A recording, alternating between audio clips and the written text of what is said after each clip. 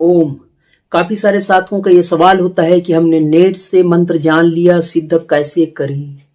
या कुछ लोगों ने तो गुरु दीक्षा लिया है, उसके बाद भी उनका मंत्र सिद्ध नहीं हो रहा, क्या कारण है?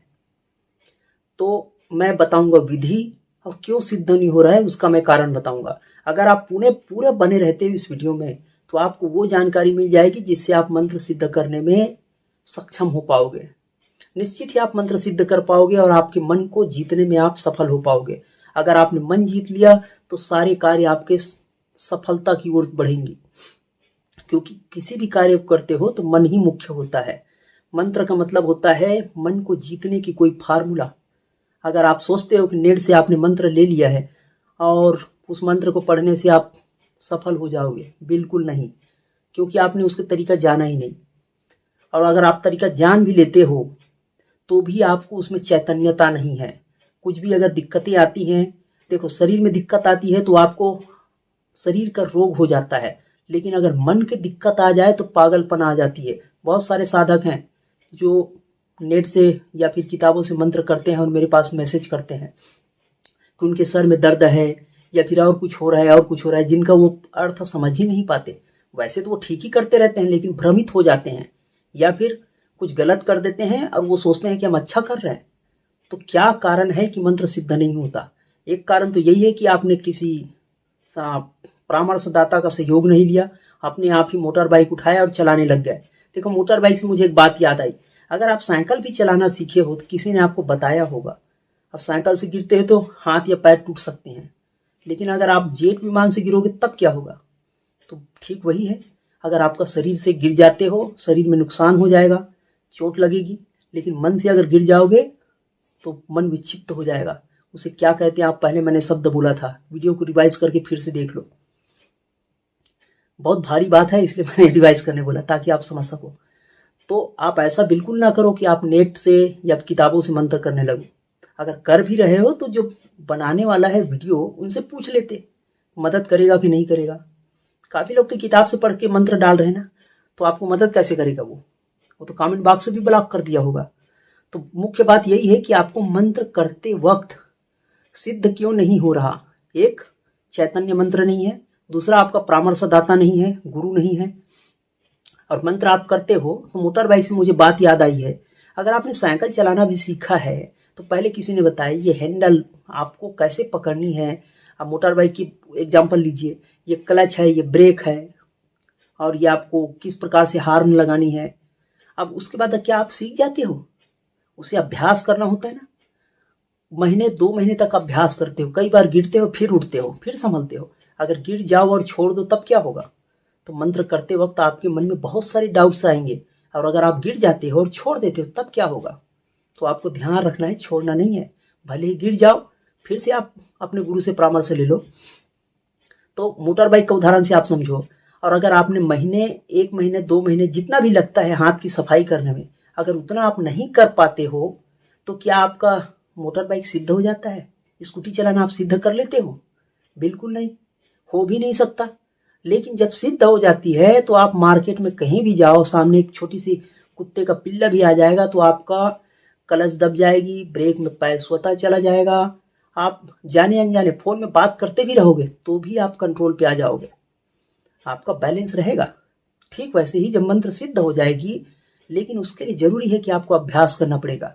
किताब से या गुरु से मंत्र जान लेने के बाद घर में जाके सो जाओगे कि हमने दीक्षा ले लिया, संभव नहीं है कि मंत्र सिद्ध हो।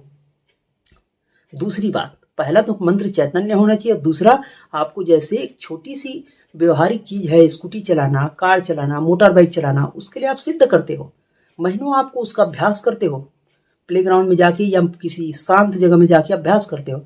अब मंत्र की बारी आती है तो एक बार पढ़ लिया और बोलते हैं मंत्र शांत, मन जो है सिद्ध हो जाए, मंत्र सिद्ध हो जाए, मन शांत हो जाए। नहीं होगा, अभी नहीं, कभी नहीं होगा, आपसे ही नहीं, किसी से भी नहीं होगा। तो बात को समझिए, आपको उसे अनुष्ठान करना होता है। अनुष्ठान का मतलब, अब मैं बता रहा हूं आपको विधि।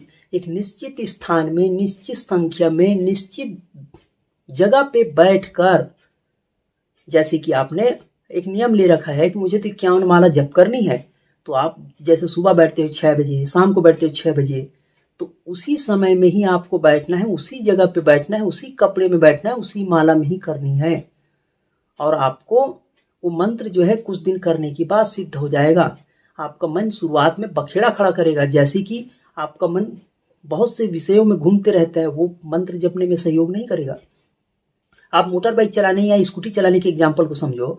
अगर आप चाहो भी ना कि मैं सामने कोई बच्चा आ गया है तो ब्रेक लगा लूं, नहीं लगा पाते हो, या सामने आपका कोई गड्ढा है उसमें गिर ही जाते हो, कोशिश करके भी नहीं रुक पाते हैं, शुरुआत की बात है। ठीक वैसे ही मंत्र करते वक्त आपको मन में बहुत सारे विचार आएंगे, उसे आपको रोकना होगा।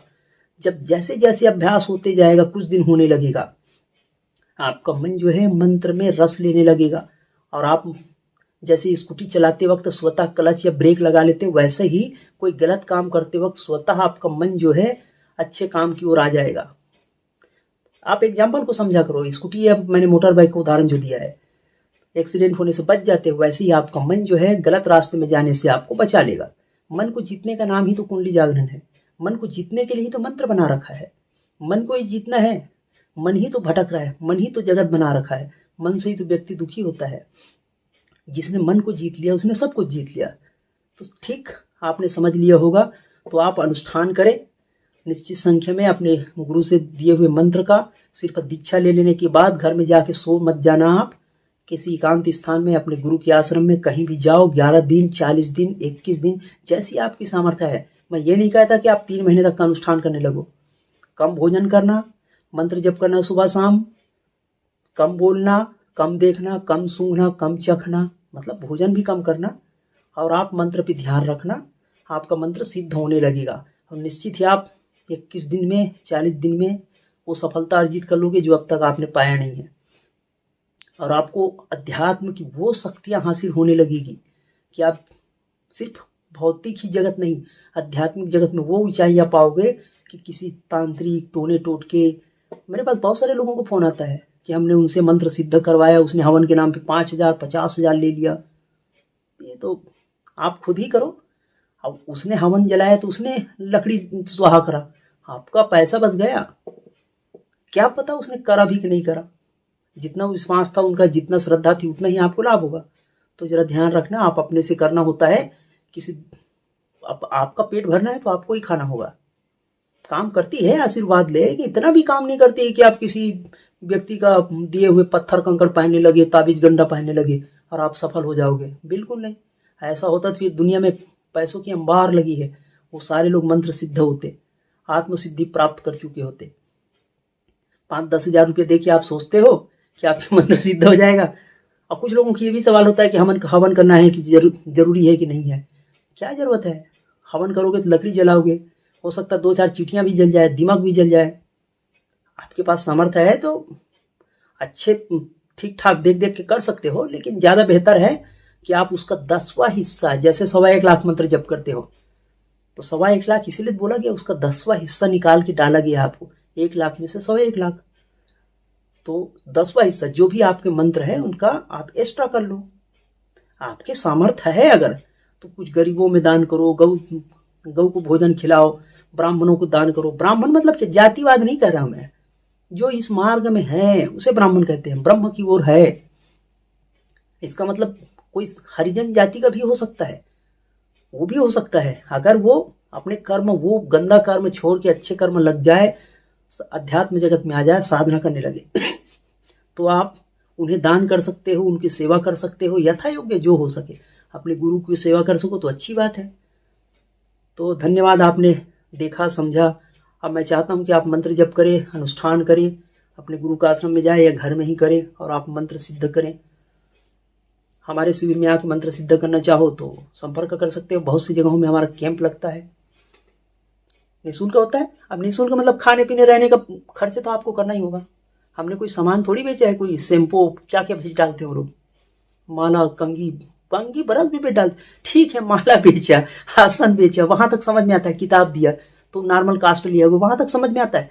वो तो शैम्पू, ब्रश, कंगी, साबुन सब भेज दे रहा है।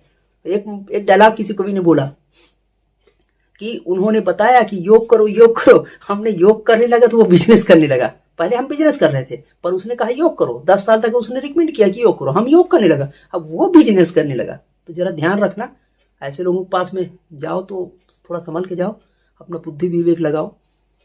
धन्यवाद। अनादर मत लेना इस बात का। मैंने कहीं से सुना था डायलॉग, कोई कवि है जो बोल रहा था, उसने तो उस संत जी ने तो योग करने बोला, हम योग करें तो वो बिजनेस करने लगे। धन्यवाद। आए और सेवा का अवसर दीजिएगा, अनुष्ठान कीजिएगा।